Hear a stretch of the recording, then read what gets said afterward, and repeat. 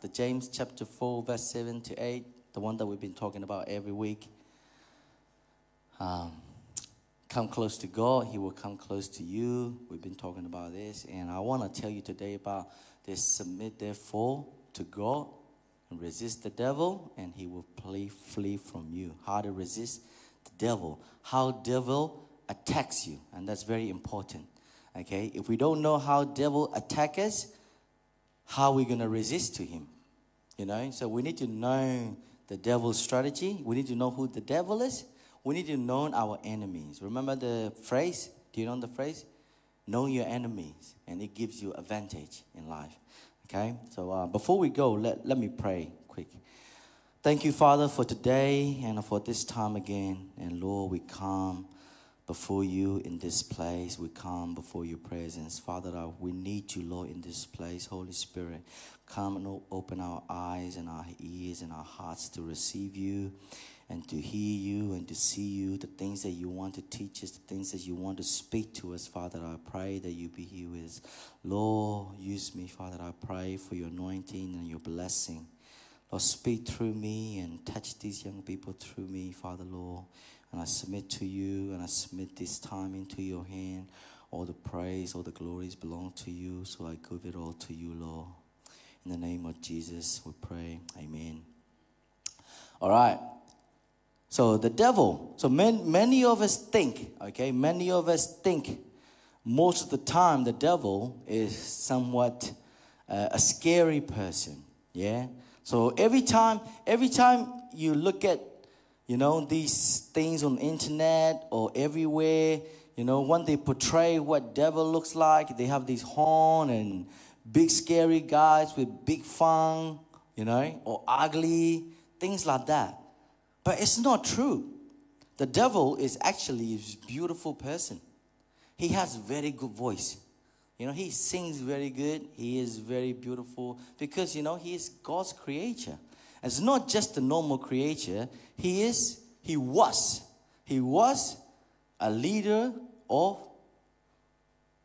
1/3 of the angels. Yeah, he was a worship leader. He's got good singing, good voice. He knows how to praise. He knows how to talk to God. He knows how to speak to God. Not many other angels talk to God, but he does. And he leads all the other angels to sing to God all the time. He has this amazing, beautiful voice and the gift and the looks. And when God cast him down out of heaven, it doesn't mean that God take away his singing voice. God did not take away his looks, his power. God did not take away anything. God just cast him out. That means he came everything as God created. He's powerful. He is mighty as well. And he is beautiful. It's not like we think. So that's why we're scared when we go to these, you know, these toys. And, you know, when we go to like some idolatry, you know, temples and stuff like that, all these big scary idols, and they hang up on the, you know, on the wall and shelves and all the drawing, we feel a bit scared. Why? Because it looks very ugly. But actually, it's not even what devil looks like. The devil will come to you not in the way you expect it. You know, it can come through your phone. It can come through your friends. It can come through your idol. It can come through whatever you like in your life. It can come through your desires. And whatever your desires in life, he will come through as that. So we have to pay attention who the devil is. You know, in the Bible, he is mentioned as the prince of this world. Okay? So many people, many religious people, many Christians mistake the devil and Jesus. Okay? So Jesus was never mentioned as prince of this world. Jesus said, this world has nothing to do with me. If you love this world, the love of the Father is not in him. And Jesus said, if you want to follow me, you got to leave everything behind. And in one stage, Jesus said, if you love your parents, your brothers and sisters, your family, your lover, your wife, your husband, your kids, doesn't matter. If you love anything in this world more than me, you don't deserve me. You're not worthy of me. Whoever wants to follow me, they need to leave everything behind. God doesn't want to do anything with this world because one day he's going to destroy it. It's full of sin. And this world belongs to Satan. That's why, on the mountain, when Jesus was fasting for 40 days, and the Satan came to Jesus, and he tempted Jesus, yeah? And one of the way how he tempted Jesus, he took him to the corner, yeah, on a height above the ground, and he showed him the whole world. You see, the Satan showed Jesus this whole world. And what did he say? If you bow down to me, I will give you everything you can see here. Now you see many Christians today, that's what they're going after for. They want everything in life. But it was never intention of God. God wants to give you a life. God wants to give you eternal life. But he's going to give you, and he said he prepared a place for you in heaven. And he's going to give you eternal life, and he's going to put you in a place where he prepared a place. Nothing to do with this world. But what happened is the Satan came in, infiltrate our Christians, doctrines and religions and our churches, and, it gives us all the wrong thoughts. He deceives us.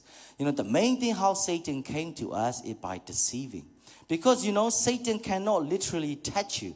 He cannot come and kill you unless God permits. Even Job, yeah? He loves God. He's righteous with God. And then for Satan to be able to give all these problems, all these, trials and, all the pains and sufferings, he needs to get approval, the permission from God, because Job's belong to God. Satan dare not touch anybody that belongs to God. So if you belong to God, if you're a children of God, Satan can never touch you unless God permits it. So what does he do? He try and deceives you. Because Satan cannot touch you, but you can touch yourself. You can get yourself out of God's protection. You can get yourself out of the love of God, the grace of God, the protection of God. It's like your parents. If your parents is powerful, rich, you stay under your parents, nobody will touch you. Your parents will protect you.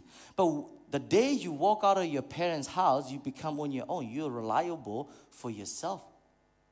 Do you understand what I mean? So even children, if they are in the house, if they are under the parents' presence, parent cares, the parents will look after them. But as soon as the kids run out of parents and then go, run far away, where parents cannot see them, then the parents cannot protect them no longer. You see, that's the same thing to Christian. If you're a children of God, Satan cannot touch you. So what Satan trying to do, he's trying to deceive you and bring you out of the protection of God so that he can do anything he likes to do with you.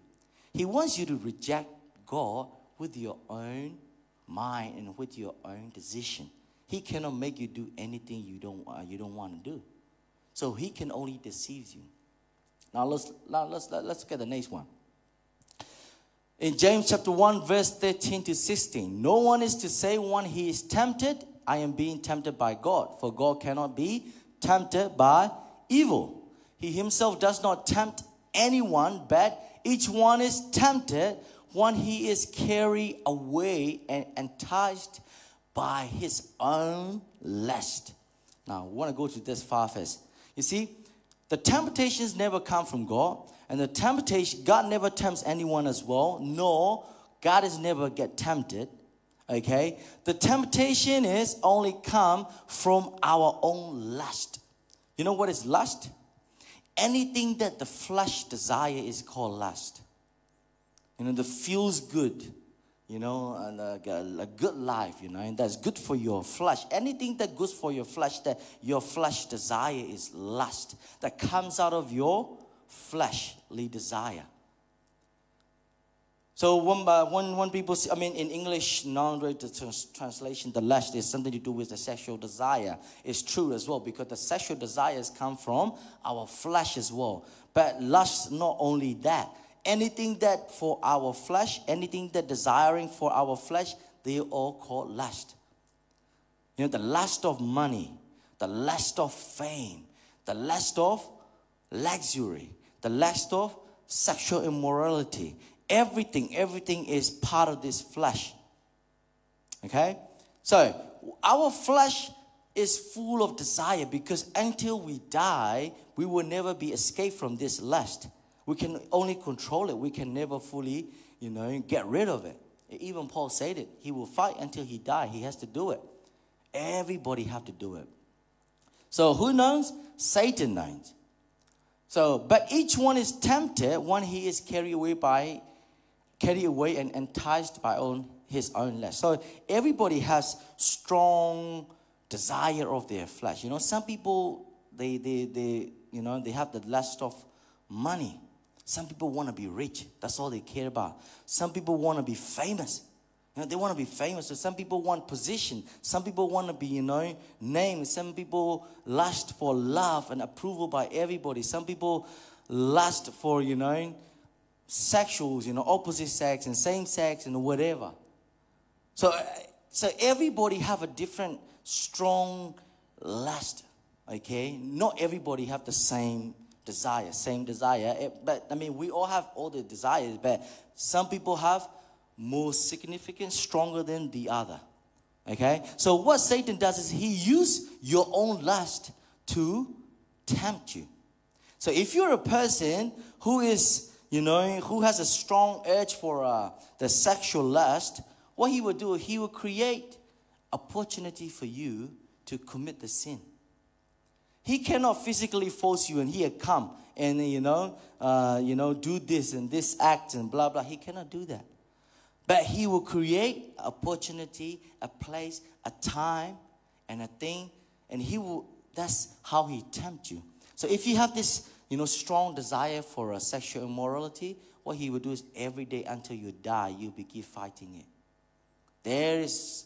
You cannot say, oh, yet I have overcome. No, until you die, you cannot say it, because until you die, he will keep tempting you. Satan will never give up on you.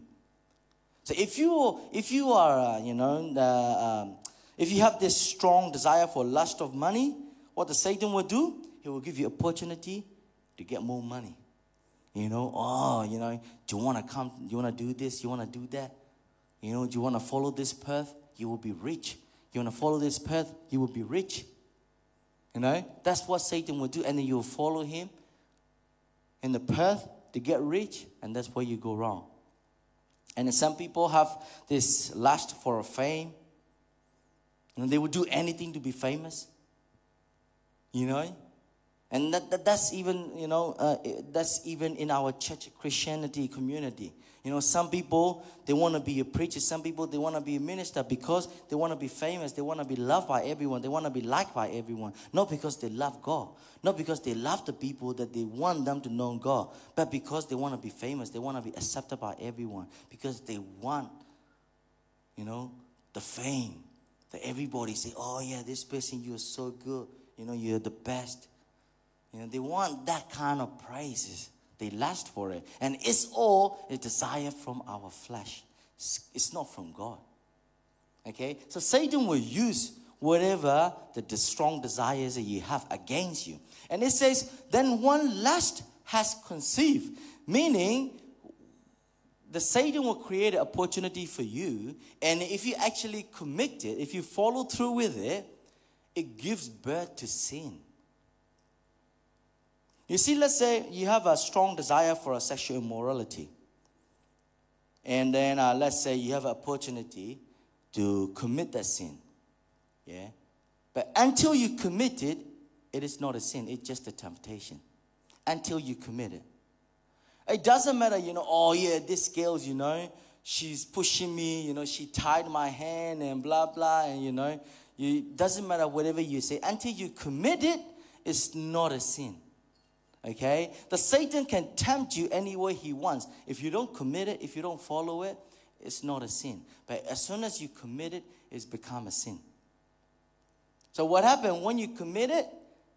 In you, as a person, you have a sin now. And then that sin, and then you accepted that sin. And that sin, what happened is, knowingly, you know that it is not good. You know that you should not have done it. But then, because the temptation is too strong and you cannot overcome, what happened? You committed it. Now you have that sin in you. And what happened is when the sin comes into you, it comes in as a small one. It's like a seed. Okay? But what happened is that sin will grow. Okay? That sin will grow inside you. It will grow so big. It will grow so big that one day it will kill you. It will destroy you. That's what the Satan wants. You become a children of God, he will not give up on you until he destroys your body. You see, Jesus, he is the Son of God. He came to this world as, as human form. The Satan trying to tempt Jesus, he could not do it. What did he do? He trying to destroy Jesus until the end. And then when Jesus was put to the cross and being destroyed, his body, the Satan was happy thinking he has won. But no, that was all in the plan of God actually. But even Jesus, he will never give up until, he destroy his body. Because when you become a children of God, God can use you in so many ways to glorify him. Satan doesn't want that. If he lose you, he will destroy you so that you will not glorify God to others. So that sin, when we commit, it comes into us. And then it will grow, and then it will bring forth death. And that's why the Bible says, do not be deceived, my beloved brothers and sisters. Don't be deceived. Okay? Don't think that all trials and temptation is only one time. It's going to be okay. No. That one time will give you this little bit of seed inside you. That seed will grow inside you and then it destroys you. That's why I draw this diagram. Lust, desire. So every sin, before it has become a sin, it is only a desire. It's never a sin yet. So in your heart, because you're a human, you have flesh, your flesh desire to do bad things. But until you commit it, until you carry it out, they are not sin yet. You control yourself, you contain yourself. But the day you commit it, it's become a sin. Now, one time you commit it, you ask for God to forgiveness, you try yourself, overcome and, not to make the mistakes again. But now Satan knows you lose one time. Now he knows that you can fail again. And he will come harder and harder and harder to you.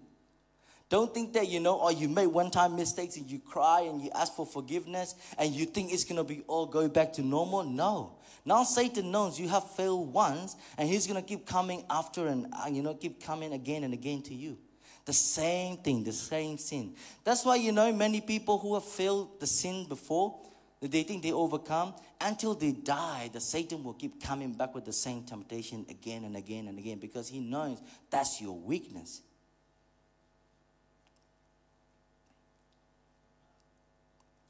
You see, in Genesis chapter 3, that's where we see the fall of man. That's how Satan bring the sin into this world. Did Satan himself bring the sin into this world? No, he cannot. Because this world is the creation of God. It's perfect. It's beautiful. There is no sin. The sin cannot come into this world. But God created human like him. And God gave this world to human to look after it, to tend it, to cultivate it. So the human have power to manage his world. So the Satan wants to bring sin into this world. He has to do it through the human that God created. So he wants to ask Eve, and the Satan, as a serpent, he wants to ask Eve and say, God say you should not eat the fruit from the garden of the tree from the garden. And she's like, oh, we can eat all the trees, but we're not allowed to eat from the fruit of the tree of the knowledge of good and bad. And the serpent say to woman, you will certainly not die. For God knows that one day you eat from it, your eyes will be open, and you will become like God, knowing good and evil. Now you see, the Satan comes, and he trying to tempt Eve. Nah, you're not going to die. You see, God already told them, if you eat it, the day you eat the fruit, you're going to die. That's the word of God.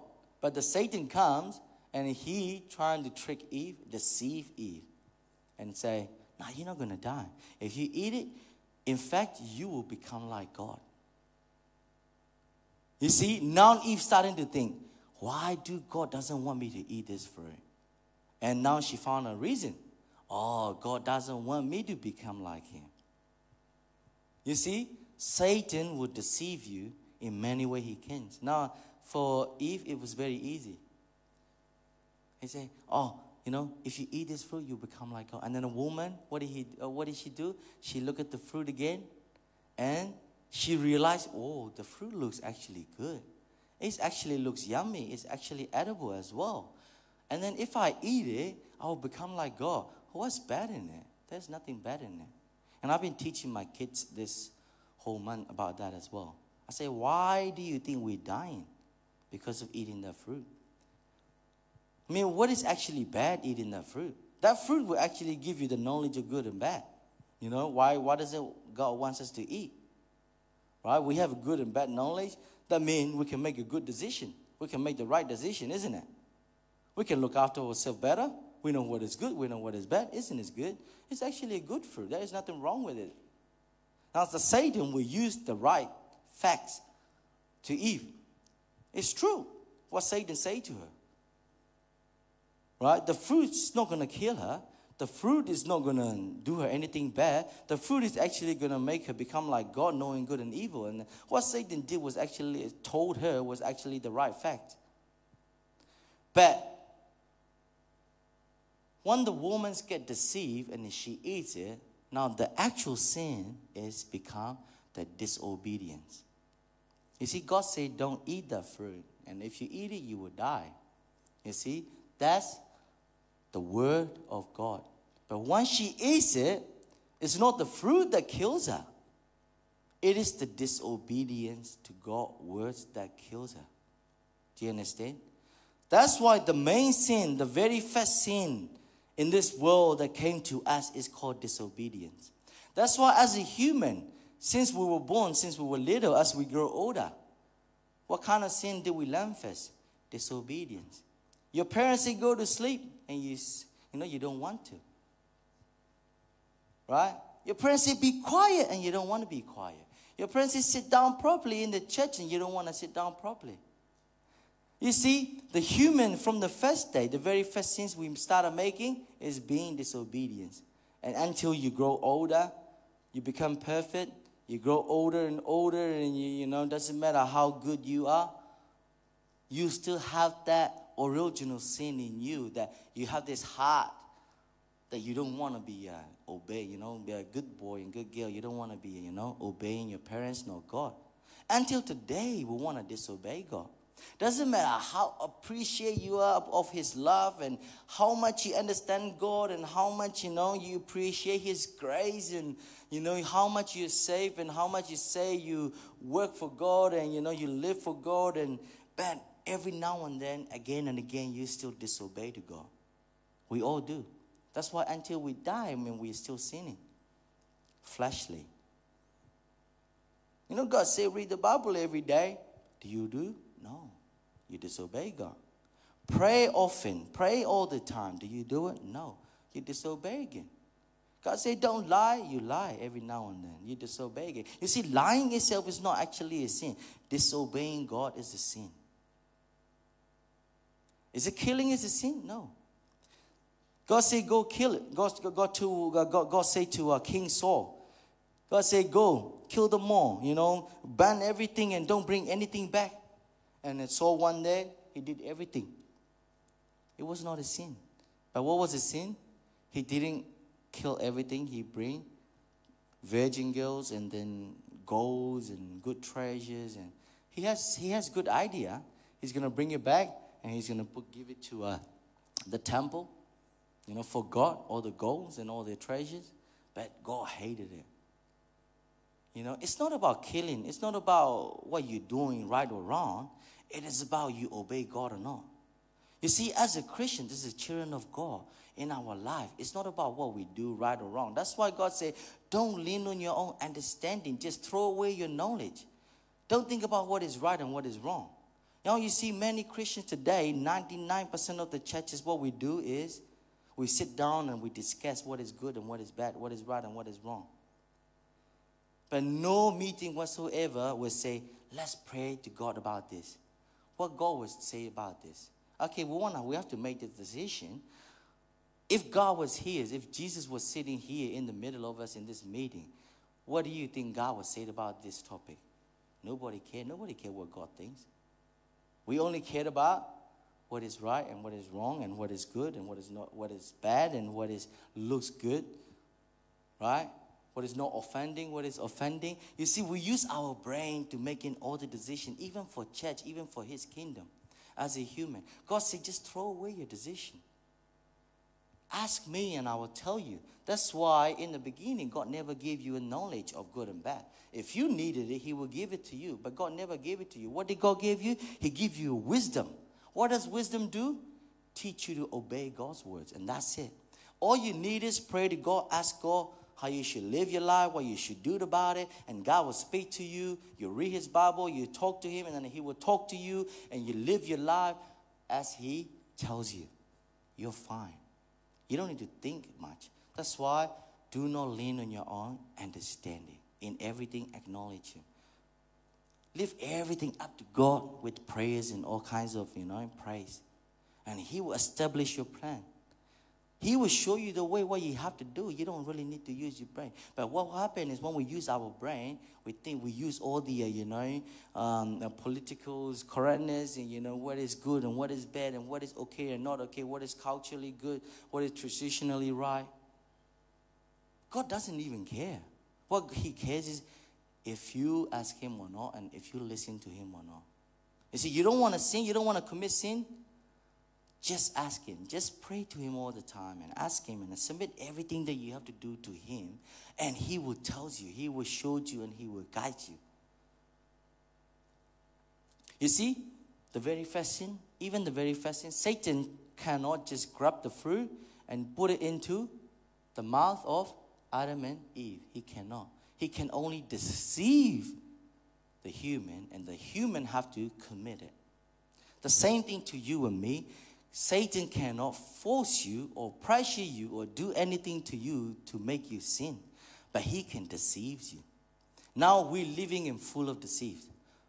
Right? Full of wrong ideas, wrong theologies, wrong thinking, and so many things wrong in this world. But nobody really care or nobody really want to think it right. We just want to go along with it. Why? It's because it's easier that way. Because you're trying to change it, you're the bad person. See, 2 Timothy 3:1-5. That's Paul was wanting to Brother Timothy. He was the preacher as well. So he said, but realize that in the last days, difficult times will come. And for people will be lovers of self. You see, lovers of self. And it's true. It's nowadays, it's all about loving yourself. Appreciate who you are, how God created, and you're beautiful the way you are, and love who you are, and just all about you. It's all the negativity here, and I'm gonna leave this place and I'm gonna go to this place where everybody accept me as who I am. People want to be accepted, people want to be appreciated, people want to be loved because they love them so much. But the Bible never teaches us that. The Bible teaches, love your neighbor. Love the Lord your God with all your heart and your mind and your soul, and love your neighbor. And also, love your enemy. Do unto others as you would have done to yourself. Never talks about loving you. It always talks about God and your neighbors and even your enemies. But nowadays, Christians will fight our enemies. And we will see if we get along with our neighbors. If we get along, we will love them. If we don't get along, we won't love them. Isn't it? And if people don't love us, we won't love them. And it's totally different to what, God was teaching, nowadays all the teachings in this world.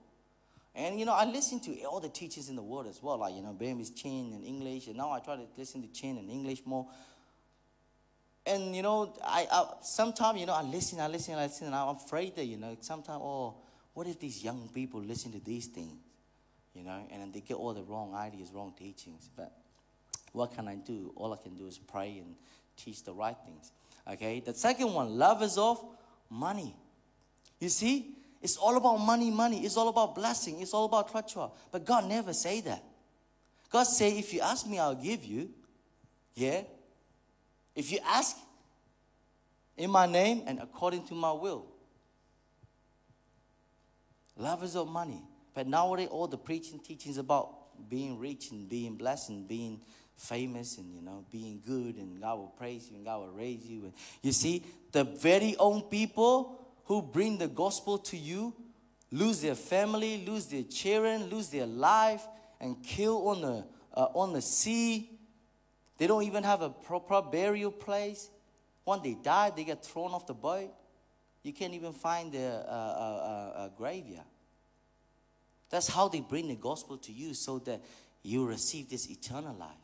And now we stand up here and say, oh yeah, if we work for God, if we live for God, if we, believe in God, and God will bless us and God will give us this and that. And hey, I'm not saying God will not bless you, God will not give you. Of course He will do it. But the blessing and the fame and the famous and the raising you, it should not be the reason that you follow God.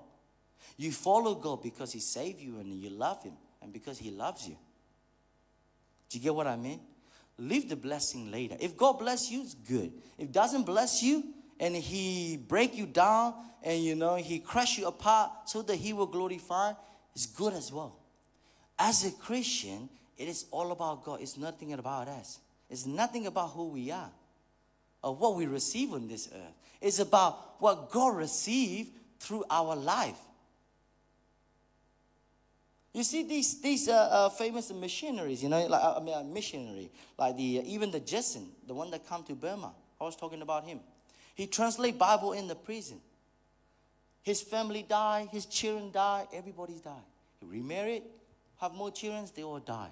And he died on the sea as well, giving his life for the gospel. Now, where is the fame? Where is the fortune? Where is the blessing? He never worried about that. What he worries about it, that everybody will be saved. So that these people in Burma, they will know the love of God. They will receive salvation. That's all he cares about. They will know God and God will receive glory. That's all he cares about. Now you see, I'm not saying that God will not bless everyone, but God will bless some people for His glory. And also God will use some people. He will crush them down. He will, make them totally the bottom of this world, the lowest human in this world, for His glory. And He will use some people as well. So it's not always about this or that, but what God wants is all for His glory. The fame, the money, the love, they should not be our target of following God. Okay? You see, these people love themselves so much, in their life, the good life and the famous life. That's all they love about. And then when people don't love them, they don't want to belong with them. You see, everything God created, they want to go opposite. Everything God commanded, everything's going opposite. Okay, even like this, the LGBTQ, right? It is a wrong doctrine that comes from an enemy. It's very scary. Now so many churches are accepting that, there are gay pastors and everything in the world. I was like, it's crazy. And there are people who say that they are, I am like non-binary. What is non-binary? They don't define themselves as guy or girl. They're not female or male. They can be anything. I was like, what are you even? It's totally against God. You know what are they? You run from these people because they have been manifested by the evil, the devil himself, and change their ideas and their minds and everything, and they're affecting other people. You know why? These so-called non-binary, that they don't define themselves as male or female, is, where did they come from? They come from Satan himself. Satan, is he a male or female? Nah, he's a non-binary. Where do we know A-sex from the Bible? It's only the angels is A-sex. God created man and woman. But angels, He created them non-binary. Some of these angels sin against God, thrown down to this world. They become part of this world, and they invest themselves into human. They manifest themselves into human, and these humans get brainwashed and they get, overtaken by these devil, these Satan, and they call themselves non-binary. Hey, look, if God created you, you'll be either male or female. If you say you're non-binary, you are Satan. Because, yeah, it's true. I mean, where does this idea even come from? That I don't want to be girl or boy. It's only come from Satan himself. You see how scary this world is? And if people don't want to accept them, they want to leave. They want to create their own religion. They want to create their own church. They don't want to be taught by the right doctrines anymore. They want to bring out their own doctrine. And now they have like gay church and LGBTQ church. And, you know, the pastors are like gay and same-sex marriage. And it's so crazy. It's in church. It's in Christianity. The doctrine is completely wrong. And it's boastful, arrogant, slanders, disobedient to parents, you see. Ungrateful, unholy, unloving, irresponsible, malicious, gossip, without self-control, brutal, haters of good, treacherous, reckless, conceited, lovers of pleasures rather than lovers of God. You see, lovers of pleasure rather than lovers of God. Nowadays, many Christians, they look for the pleasure of their own body and their mind and their soul. They come to church and say, hey, look, this church doesn't satisfy me. I don't find pleasure in this church. I'm going to go to another church where I find the pleasure and feels good for my soul. And people look for whatever makes them feel good. The sermon that makes them feel good. The people that makes them feel good. The church that makes them feel good. That's what people want. They don't look for God. It doesn't matter what church you go to. It doesn't matter which place you go to. If you see God, if you look at God, you don't see anything else. You can find God in your own toilet, in your own room. You don't even need to go to church to find God. You really want God? That's why you go to, you look for so many places. You can even find God in your own room. You don't even need to get out of your room. But the reason we come to church is to have fellowship with other believers. You know, but people want to be feeling wanted. They want to feel satisfied. These all the pleasures of this mind and our body, and that's what they want. And so they don't really care about what God wants and what God tells us. We only want what do we want, what our feelings want, and what our feelings good. And that's what we look for. You see, totally wrong from the doctrine that God teaches. And the Bible also warns us. But knowingly, we don't care. We still do the same thing that we do. We don't really care whatever the Bible warning us. We know. But we just completely oblivious to what the doctrines, what the Bible is saying. And it say, you see, all of these things, right? All of these things are happening in the church. He's not talking about this world, outside of this world, outside the church. He's talking about these things are happening in the church.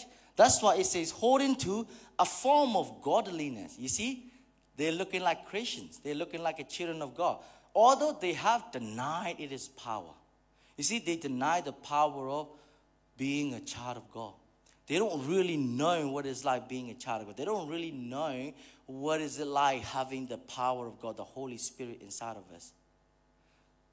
When you become a child of God, you become born again. When you become born again, you have this power, this Holy Spirit come, dwells in you. This power, they don't know. But they act like they're godly, you know. They're like children of God. They act so good. They act so righteous. But what they look for? About love, about themselves, loving themselves, you know, having a good name to themselves, being famous and, you know, having a good life and having a good pleasure and seeking all the good things. And then if they don't get it, they will gossip and they'll talk about other people. And then, you know, they will, you know, they don't care. And then slowly they start acting their life arrogantly. And they don't even care. They don't have no more respect for each other, no more obedience to parents, nor the authority. No respect, no self-control. They will say whatever they want. And they hate each other. They blame each other. These are all happening in the church. That's what it was been saying. Why? Because they have form of godliness. They look like children of God, but they're not actually. They don't even have this power of God, this Holy Spirit inside them. They don't have it. And it says, avoid such people as these. Avoid them.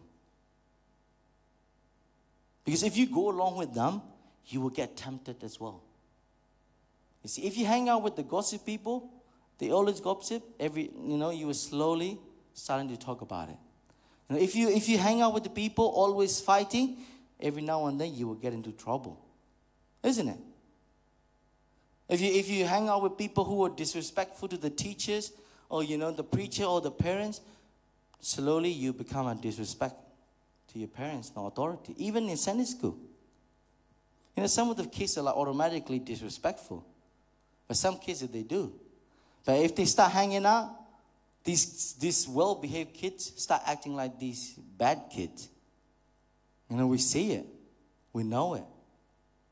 So who you hang out with is very important. Within the church even, there are people who comes because they love themselves so much, And they will talk about themselves all the time, and, they will talk about goods, and they talk about money, and these things will happen. Guys, remember, the Satan will deceive you with the wrong doctrine and whatever you like. If you like money, the Satan will say, I'll give you the money. Do you want sexual immorality? I'll give it to you. Do you want fame? I'll give it to you. What do you want? Anything you want, I'll give it to you, because this world belongs to Satan.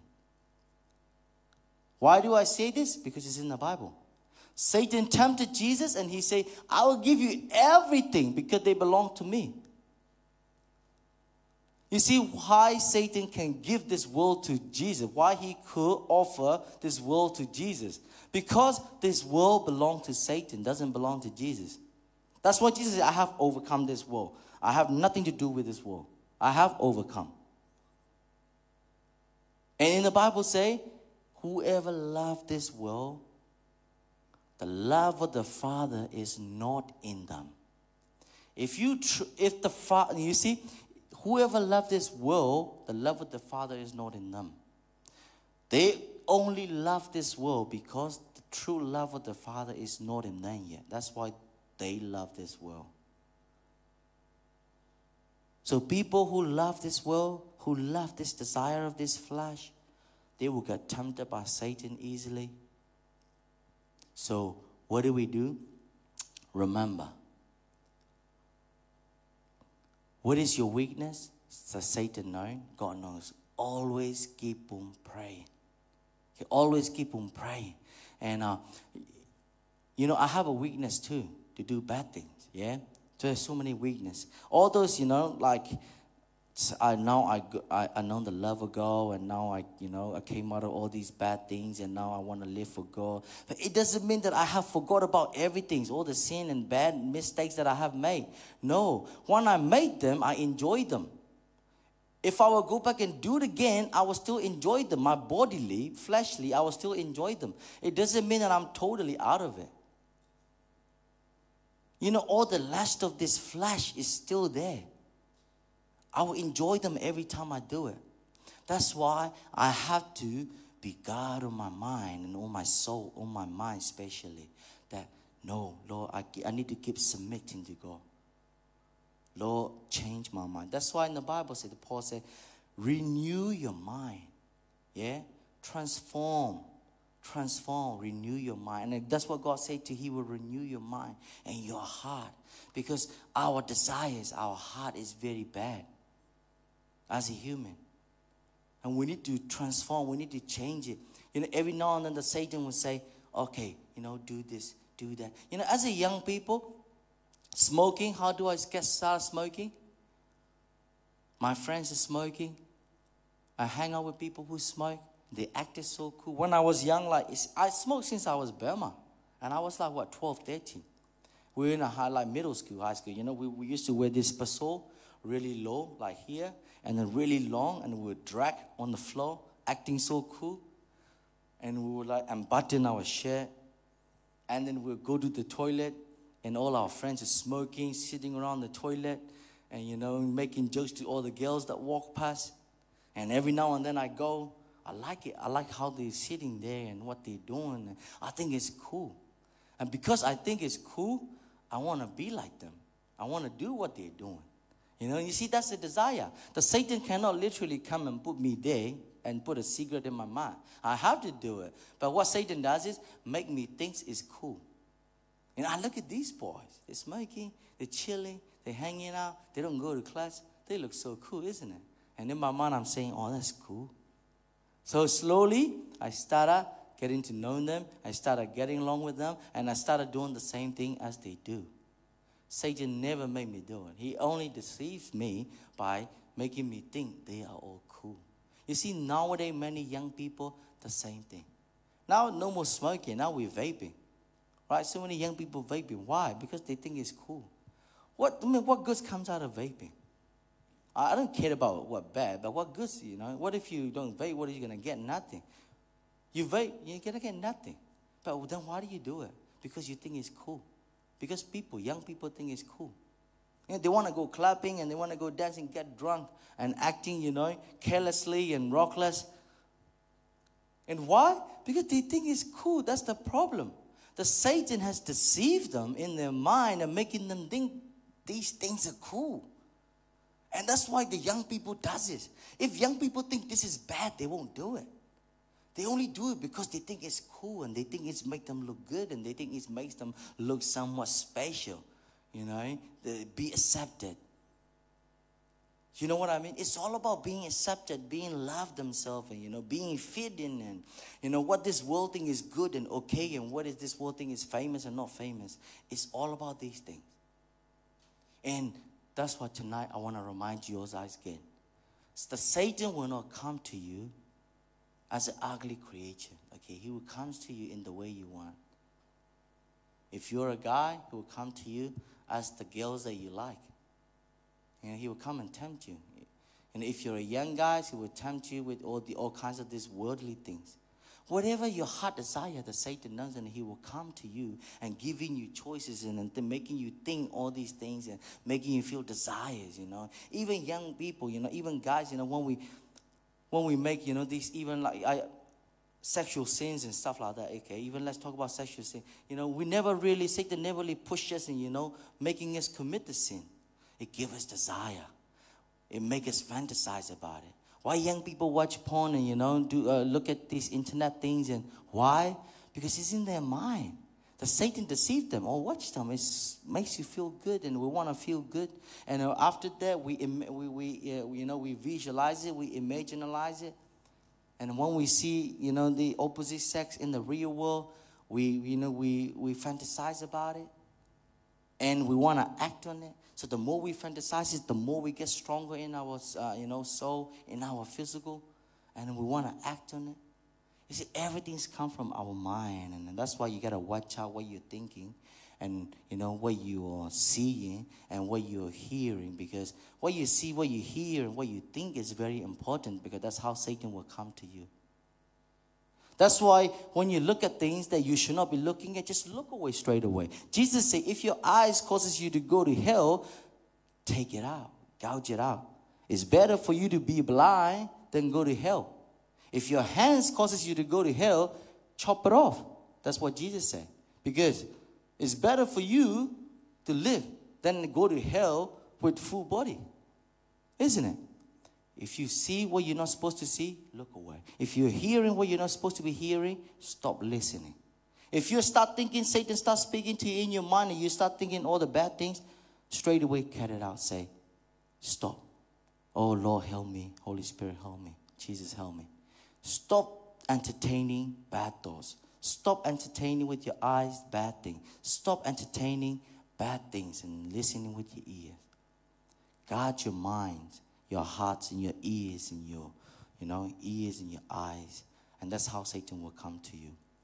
I hope that's give you a lot of information. And this is the last slide, okay? I won't talk about it too much, but that's what Jesus said it too, okay? So if you actually started living like that, you're trying to avoid everything, you protect yourself, you live right with God, what happened? People will hate you. It's true. Many people will hate you if you live right with God. If you speak right with God, people will hate you. You won't get fit in. It's true. Trust me. And many will fall away, and they will betray one another, hate one another. And then many false prophets will rise up and mislead many people. You see, many false prophet will rise up and mislead many people. Right? Oh, and we think, oh, if that preacher is a false preacher, why do many people believe him? Why does he doing all the miracles? In the Bible, Jesus say, oh, Lord, we cast out demons in your name. We do many miracles. And Jesus say, I never knew you. You can do so many miracles. You can do all the signs and wonders. You can preach so good. But then you can still be a false preacher. How do we know? We can only know if we know the true Bible, true words. If we know what Jesus say. Unless we read the Bible to ourselves, we will never be able to differentiate what is right and what is wrong. That's where many Christians know is going wrong. And that's why you see many right preachers, many good preachers, people who preach the true word of God, they never really get praised. They never really get famous. They never really knew by anybody. So many preachers that I love and I listen to most of the time is never even heard of by many of you, or maybe 100% of you won't even heard of them. But those people that I don't listen to, if I tell the name, you will be heard of them. Why? Because they're famous, liked by many people. But the people who actually people don't really listen to and don't really like, I'm not saying 100%, but they most likely, they have the true words, the true Bible, the true doctrine. And most people's love will become cold. And people will stop loving God, stop loving Jesus, stop being affectionate to God, stop being, the excitement to God. They lose everything to God. When they come to church, it's all about people. It's all about themselves. It's all about money. It's all about love themselves. It's all about fellowship. It's all about famous. It's all about being respecting. It's nothing about loving God. They don't come to church because they love God. It's nothing like that anymore. They say, Jesus said, that's what Jesus said, right? Most people's love will become cold. But Jesus said, the one who endures to the end is the one who will be saved. You protect yourself. You endure all the hardship that you may face, all the temptations that you may face, all the trials that you may face. You endure it. You protect yourself. You stay right with God. You stand firm in your faith and you believe. And those people will be saved. That's what Jesus said. And the gospel of kingdom shall be preached in the whole world, and the end will come. So many false prophets will come up and say, hey, look, God, Jesus is coming soon, and this is the time, and this is the time, and blah, blah. And Jesus said, when the gospel has been preached to the whole world, the end will come. Until the whole world has heard of the gospel, the end is never going to be there yet. That's why people who believe in this verse are all out there doing missionary in a remote work, because they want to preach the gospel to every area of this world, this planet, so that the kingdom of God will come as soon as possible. But there are so many people out there who doesn't care, just staying in their own little world and say, God is coming soon, this sign, look at this sign, look at that sign. But look at what Jesus said. Everybody needs to have a fair chance. Everybody will hear the gospel of God, and the end will come. And you need to endure. You need to stay strong and protect yourself until the end. Brothers and sisters, thank you so much for everyone. Sorry, we don't have time for the question and answer. But if you have any question, you can ask me directly, or you can send me a message, or you can talk to me anytime. You know where I am. So thank you very much, and God bless you all. I hope you learned something.